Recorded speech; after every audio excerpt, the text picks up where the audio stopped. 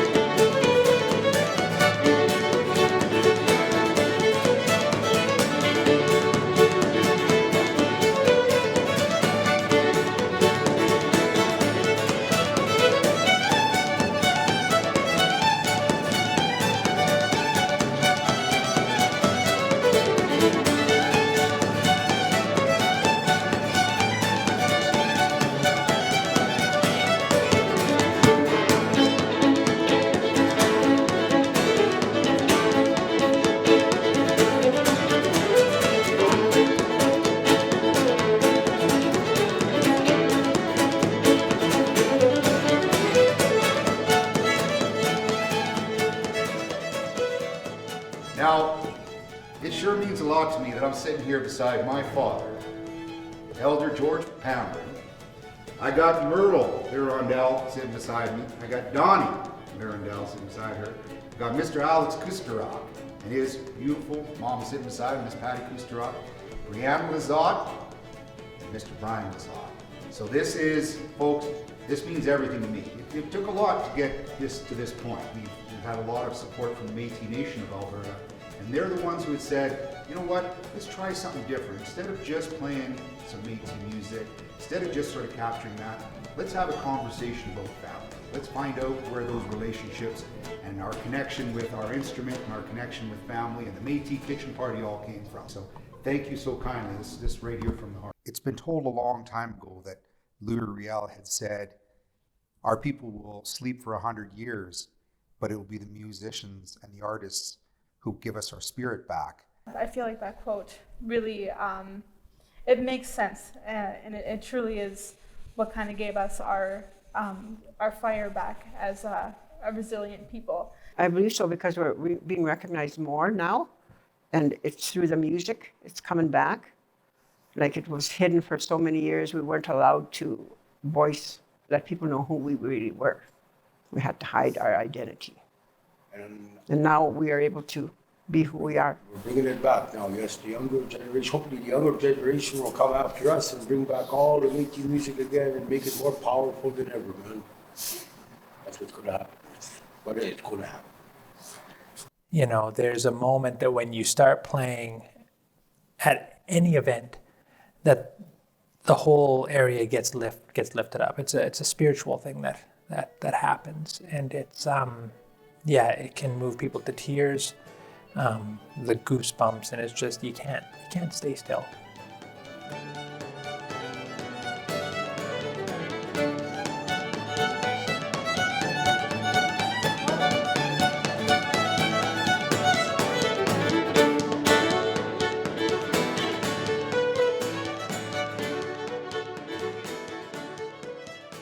My name is, actually the first name.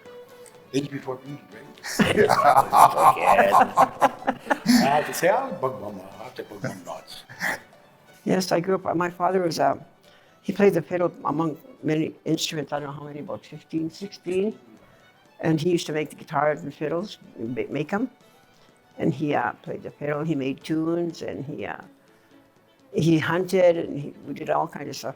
He had a garden, we picked berries, and all the Métis traditional way we lived. That's how we lived. Métis traditional way, with a lot of music every day. I guess we're gonna do one of my grandpa's songs. I think he made up, what, 53 fiddle songs? Oh, yeah. Something like that, he made up 50. But here's one called the Anzac Two-Step. And when he lived in Anzac, he wrote it.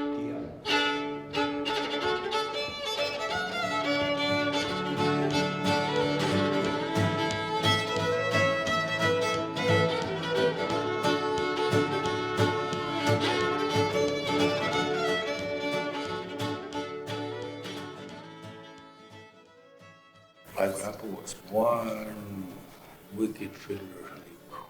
Yeah, I remember getting my first fiddle from him when I was 15. He gave it to me. And I asked him for the bow. He said, I can't supply the bow. You have to pay for the bow. So I had to buy the bow for what, 25 bucks? 30. $30 I had to buy the bow from Grandpa. So 'Cause he I got had- to hold everything. So, He had just finished putting the fresh hair on there. yeah. So That's why he had to pay for the hair. Grandpa back in the day he was a good friend too.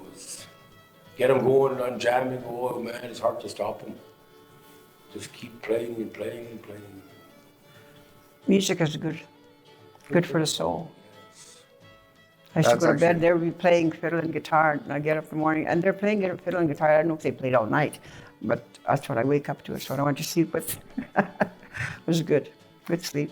On one Halloween, We've entered. on Halloween time, we fixed Grandpa one time. We had to wait for the store to go. And the kids come walking in from collecting candies.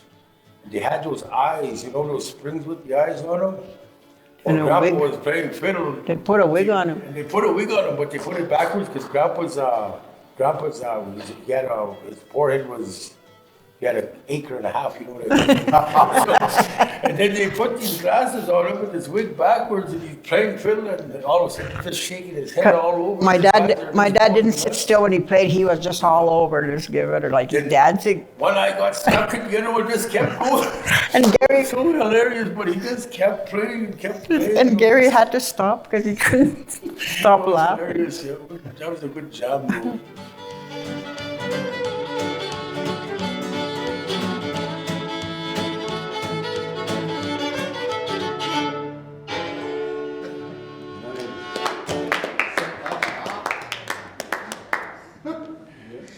How great is that? The song I'll be playing is Bowing the Strings. It's one of my favorite tunes to play. Ready? Hey. Hey, Okay. 1, 2, 3.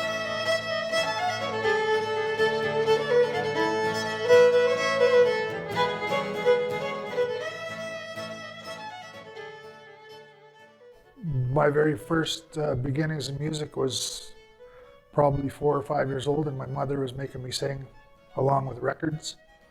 And so learning that, and then she'd play guitar for me and teach me every new Merle Haggard song that came out.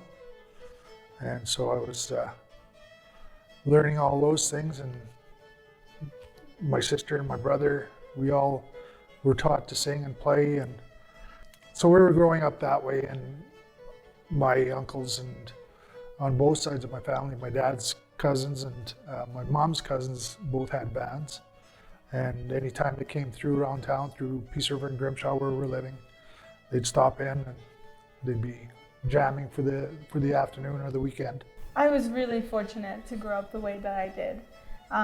Having music be everywhere all of the time was something that I will cherish forever. Music is it's the one thing that I was able to do unapologetically. Growing up so timid and in a place like Red Deer, Sylvan Lake, where there's a lot of racism and a lot of discrimination against Indigenous cultures. Music helped me build that confidence and to become the person that I am today. It was these stories of kitchen parties and music what kept our spirit alive, and it kind of awoke us as a family.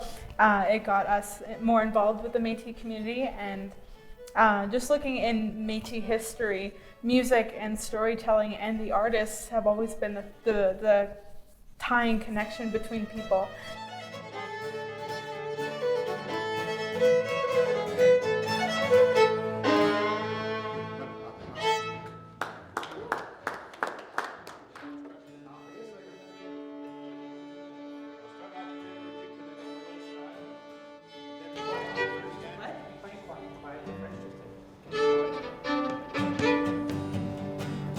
That's all you got. You got it.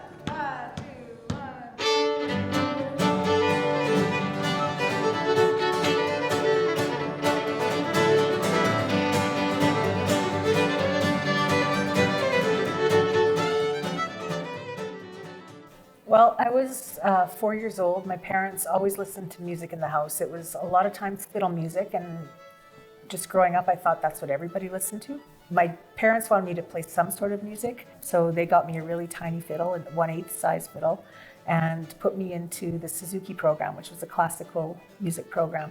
But it was wonderful because it's based on ear. You're listening to the records that they give you, and then by the time you actually pick up the violin to play, you can pretty much play the songs. And I kind of call that learning by osmosis. So I learned really quickly when I was 4 years old. I was a little sponge, and my mom had to take lessons with me. So that was kind of neat. We had a private lesson once a week, and we had a group lesson once a week. And I was always, wanting to play, when they'd say, does anybody want to do a solo? My hand came up, I wanted to do it. We don't care about how much you clap, whether you get a standing ovation. If people are moved that much to get to the floor and dance, that's it.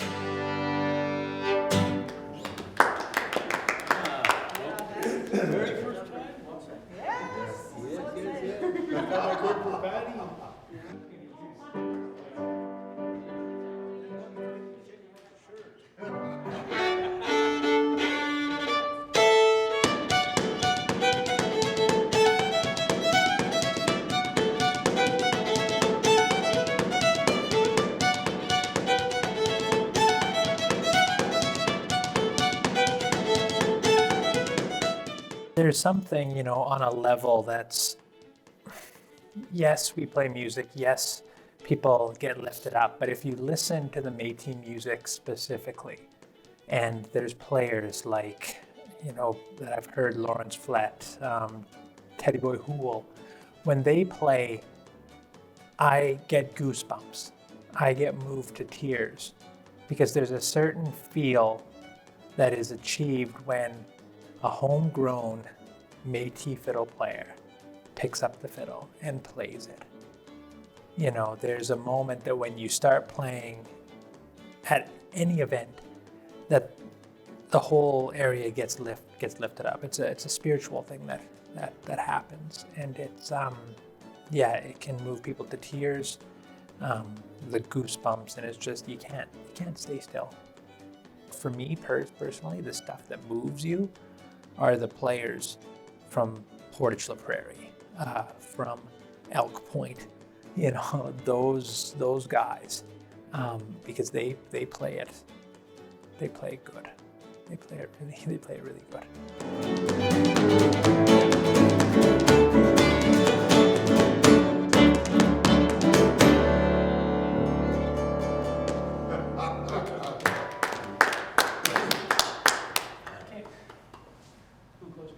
Okay, it's all right with you guys. Let's take a run. I want to try a song of mine here called Hold On. So, here we go. 1, 2, 3, 4.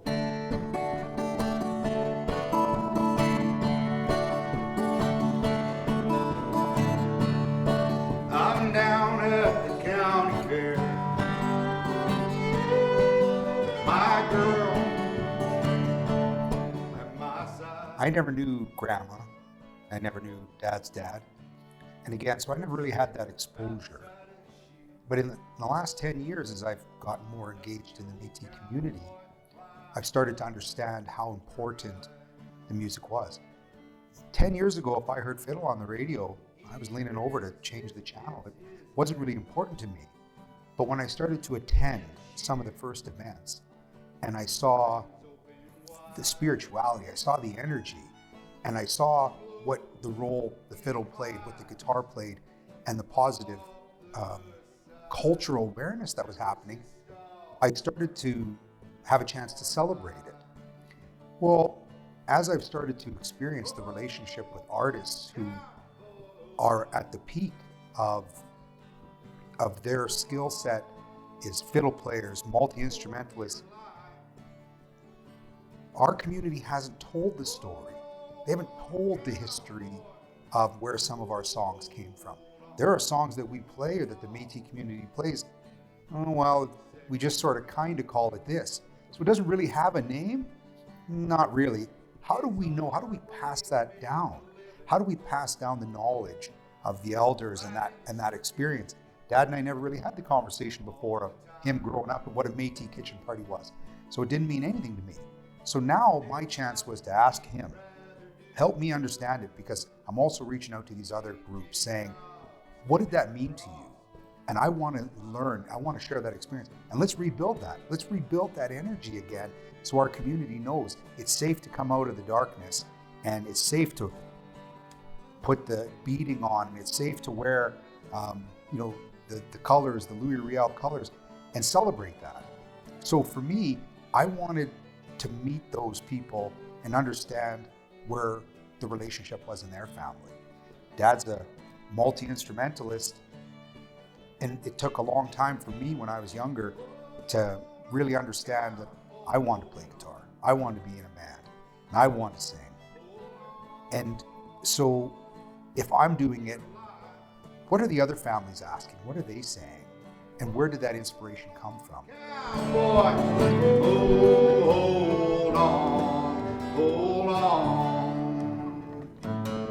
to that cowboy life.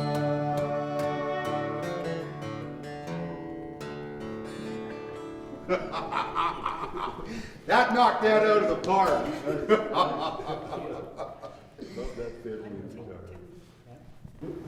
Maybe sing that blues. You know, it's a.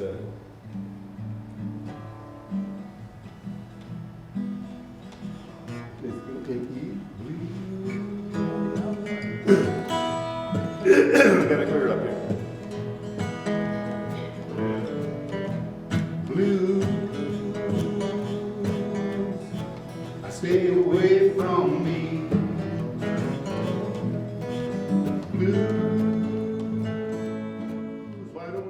My father was a musician, and he became a professional musician.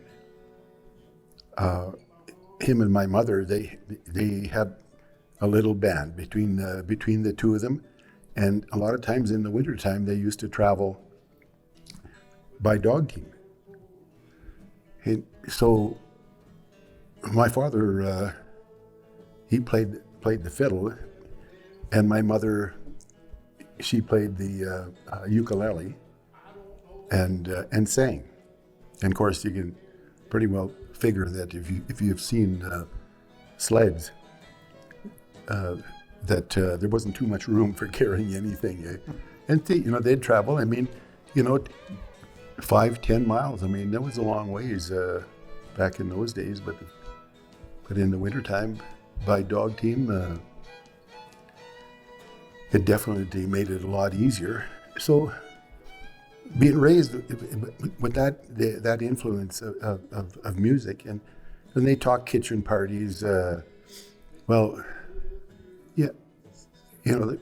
different families and that would host parties, and they'd invite people, and it was a community gathering, and it was done on a frequent basis, and also in those days, when somebody died, the body normally laid in state for about 4 days in houses. We didn't have, or we couldn't afford the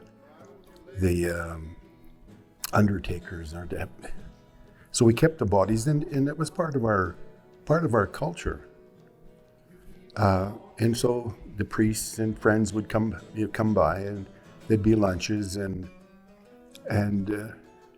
everybody would say their goodbyes, and of course we were raised strong Catholics, so there was prayers, and then the day of the funeral was a large gathering at the churches, and then the burial.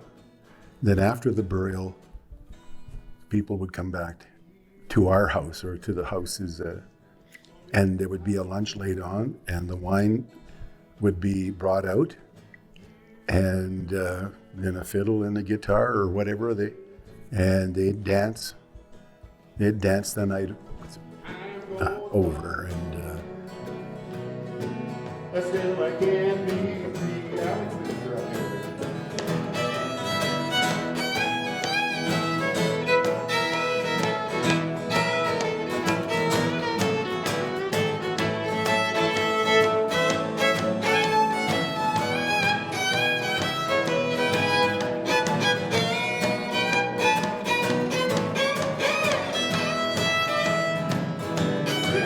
Brianna, give us a little shot there.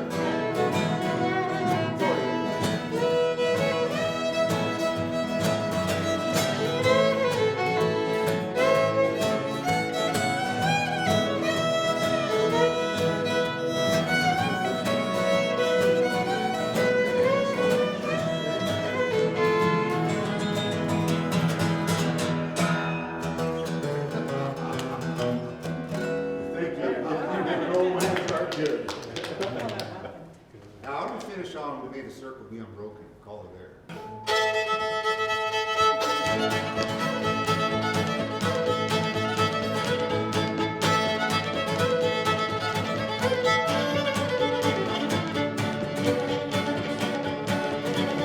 And bringing these people together, as I hope, helps our community celebrate that and bring more youth and bring those conversations from the elders back so that everybody shares in this collection. Yeah, they didn't give up on us, and so we just continue. And we do that to the little kids now. Yeah.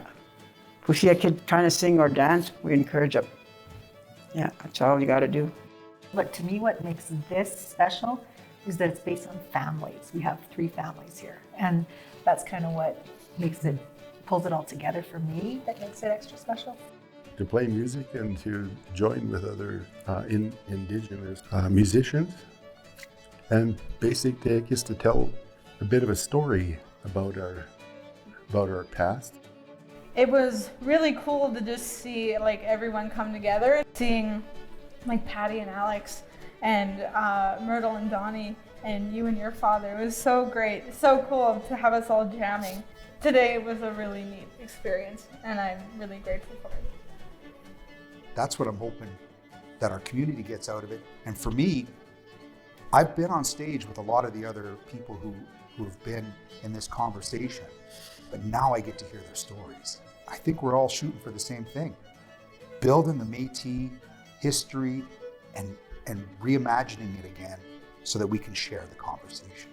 This was the jam of the year this year, today. Great getting together with everybody and just playing music. And I mean, that's how it felt like years ago. And that's when people get together and jam and have a good time. That's what it is. Even though we're in here in this polished palace, you know, and they used to jam in little log houses and all those things, they still felt the same feeling as that. We're very powerful people, and even through our music, it's persevered just like our spirit.